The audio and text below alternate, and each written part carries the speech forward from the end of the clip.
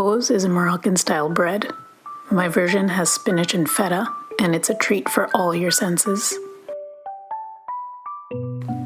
I'm starting with a non-fussy dough. It has only 6 ingredients. I'm going to mix all the dry ingredients starting with the flour, about 2 cups. Ain't nobody got time to wait around and prove the yeast. Trust it. Just tap it in. This is 1 tablespoon of sugar. And, whoa, that's too much salt. 1 teaspoon only. Mix the dry ingredients together. And to this, add a couple tablespoons of olive oil. And about half a cup of warm water, which is just enough to incorporate this into a medium stiff dough, which is what we'll need later on for structural integrity. Once the dough comes together, let it rest for about 5 minutes and give the gluten a chance to develop. After the dough rests, knead it for just a few minutes. Bring it together in a tight ball, cover it up, and then we'll let this rest for about an hour.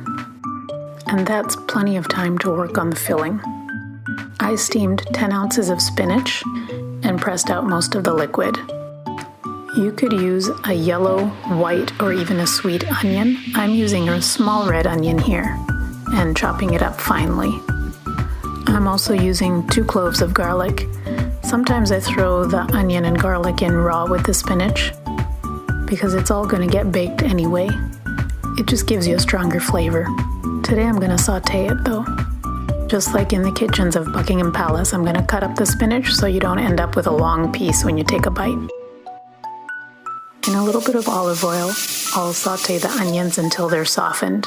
You could go longer and it'll give you a different flavor. Add the garlic and season with salt and spices. I'm using red pepper, cumin, and also crushed red pepper. Just so everything is mixed well, I'm throwing the spinach in here too. But I've already turned the heat off. Once it's cooled off, I'm adding the zest of 1 lemon and the juice.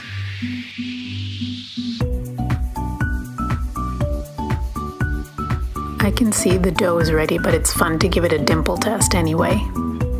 With a light dusting of flour, I'm going to roll this and gently stretch it to about the size of my board, which is 11 by 16.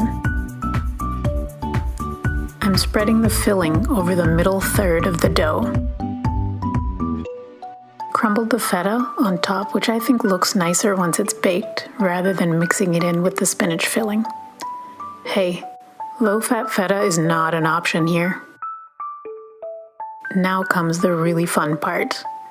Cut the outside edges of the dough into strips like this. Don't overthink it and worry about how many cuts on each side. No one's checking. The braid not only looks nice, but it's also practical. The slits are going to become little vents for the steam to escape during the baking. Snug the ends up nice, and you know what? You should do this part on the cookie sheet. Now paint on egg wash. I made this from 1 yolk and a couple tablespoons of milk. It's going to give you a beautiful shiny color once it's baked.